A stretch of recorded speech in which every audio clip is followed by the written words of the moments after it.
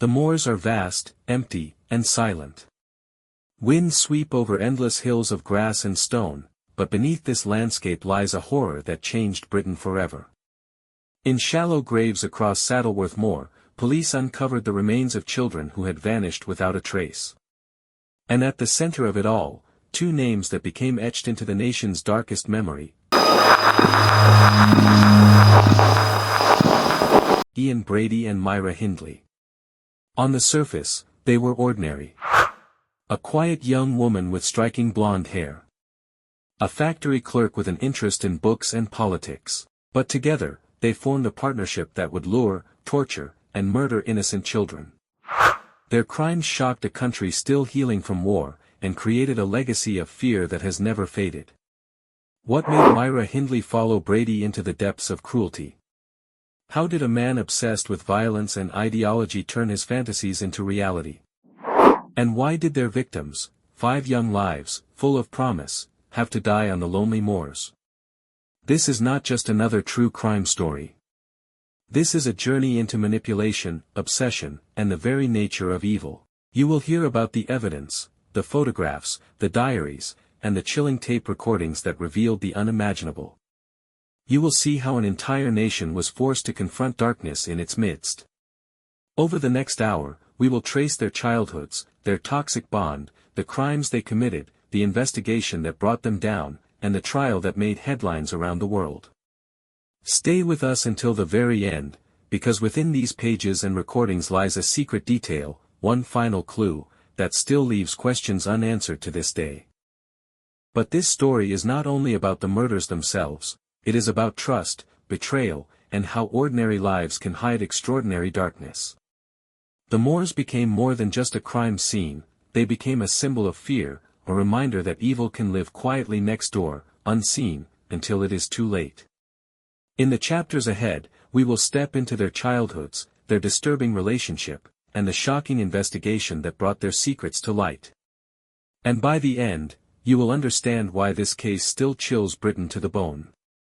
To understand the horror of the Moors murders, we must first look back, to the childhoods of Ian Brady and Myra Hindley.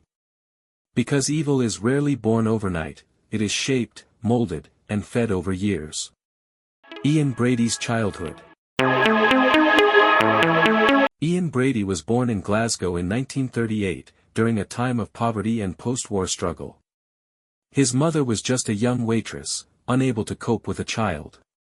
Brady never knew his father. He was eventually fostered by another family, but never felt truly accepted. By his teenage years, he was already described as angry, distant, and unpredictable. At school, teachers noticed his intelligence, but also his fascination with disturbing subjects. He read obsessively about Nazi Germany, torture, and power. By the age of 16, he had been caught for petty crimes and was already showing signs of cruelty, often harming animals and boasting about violence. Myra Hindley's childhood. Myra Hindley was born in Manchester in 1942. Her childhood was far from stable. Her father was an alcoholic and violent, her home life filled with arguments and abuse. Those early years carved a sense of vulnerability in her, and she often sought comfort and protection outside her home. She was described by neighbors as shy, but also tough when challenged. After the death of a close friend in a tragic accident, Myra became more withdrawn, and those who knew her said she changed, less trusting, more hardened. It was this combination of vulnerability and toughness that later made her susceptible to Brady's manipulation. When Myra and Brady finally met at a workplace in the early 1960s, it was as if two broken worlds collided. He was dark, intellectual, and dominating. She was impressionable, lonely, and eager to be led.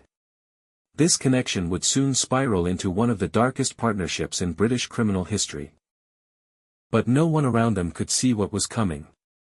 Behind closed doors, Brady was feeding Myra violent fantasies, and she was listening. Together, they were preparing for something unthinkable. And very soon, innocent children would begin to vanish.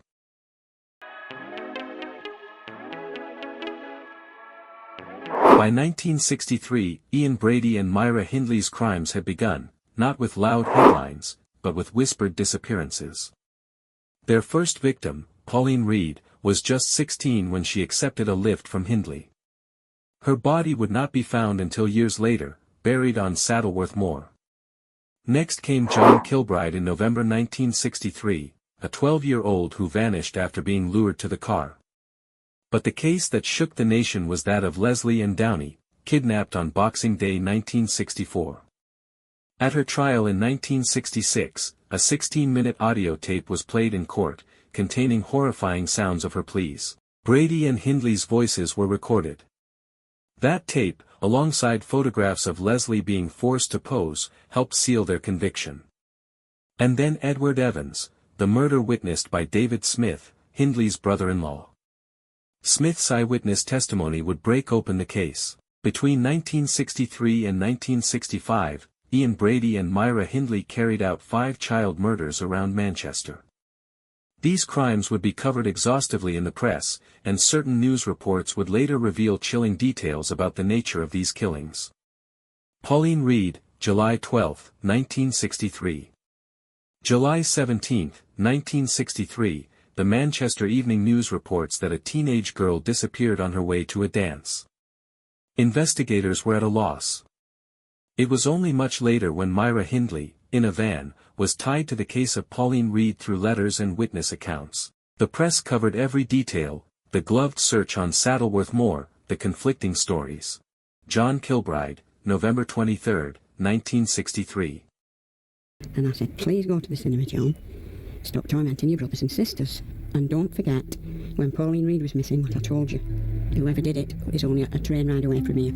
So always be on your guard. And he just grinned, his cheeky grin, and bye, off he went. November 1963, papers published photographs of John Kilbride, aged 12, last seen being led by Myra Hindley toward Ashton Market. In these archived news items, there were dramatic headlines, "Boy snatched from market" and "Search on the moors." Investigators found clothing identified by his mother 2 years later. Keith Bennett, June 16, 1964. June 1964, media reports tell of young Keith Bennett, age 12, failing to arrive at his grandmother's house. The newspapers raised alarm. "Where is Keith?" screamed headlines. His body, unlike the others, has never been recovered. Family pleas continued in news broadcasts and press through the decade. They want fresh evidence. They've had 40 years of bloody evidence. What more do they want? They don't think what it's doing to me and my family, or other people that are around me. Leslie Ann Downey, Boxing Day, 1964. December 1964, on Boxing Day, Leslie Ann Downey, aged 10, was abducted. Tapes. Said tapes of a voice. I thought, no, please God, no. Don't let it be Leslie. Newspapers reported not just her disappearance, but also the shocking discovery of photographs and an audio tape at the trial. In 1966, during trial coverage by BBC Panorama and ITV, journalists noted jurors wept when the recordings were played. And they put it on, and it was Leslie. She's crying for me. Let me go up to Mummy and Daddy. Edward Evans, October 1965. October 1965, Edward Evans, aged 17, is lured to Ian Brady's house. His murder would be the one witnessed by David Smith, Myra Hindley's brother-in-law, who later told police of the screams he heard. The Daily Mirror and other London papers published Smith's statements. These reports threw a public spotlight on Hindley's involvement, not just Brady's. These reports and survivor statements would fuel the investigation, but conviction would come only after a courtroom battle so shocking, that the nation changed forever. Next, we enter the trial, the verdicts, the public outrage, and the legacy left in the name of justice. In 1966, one of the most infamous trials in British history began at Chester Assizes. Ian Brady and Myra Hindley stood accused of multiple murders. The courtroom was packed, reporters filled every seat, and the entire nation watched in horror. But the trial was not just about justice. It was about confronting evil face to face. Myra Hindley's cold demeanor shocked the public. Many could not believe that a woman, described by neighbors as ordinary, could be complicit in such horrific crimes. Yet prison would not erase their names. For decades, Brady and Hindley remained symbols of Britain's darkest crimes, inspiring endless debates about evil, punishment, and whether redemption is ever possible. For decades after the trial, the shadow of the Moores murders never faded. Parents warned their children about wandering too far, whispering the names, Brady and Hindley, as if they were monsters from a nightmare. But these monsters were real, and they lived among ordinary people. The media could never let it go. Books, films, and endless debates kept the case alive. Each time Myra Hindley applied for parole, outrage spread across Britain. Could someone who showed no remorse truly deserve a second chance? For the families, the wounds never healed. Winnie Johnson, the mother of Keith Bennett, searched the moors for her missing son until her final breath. Keith's body was never found. For her, justice was incomplete. And yet, even as years passed, the names of Brady and Hindley remained etched in Britain's memory. Brady died in 2017 inside prison. Hindley in 2002. But their crimes still haunt the nation's conscience, raising questions about evil, punishment, and whether redemption is ever possible. Some stories are too dark to be forgotten. The Moores still hold their silence, but the echoes of those lost children remain. If you want to keep uncovering stories that shaped history, the tragedies, the mysteries, and the truths hidden in the shadows, then stay with us. Subscribe to LifeStories Archives, and make sure you don't miss what comes next, because sometimes, the darkest stories teach us the most about humanity.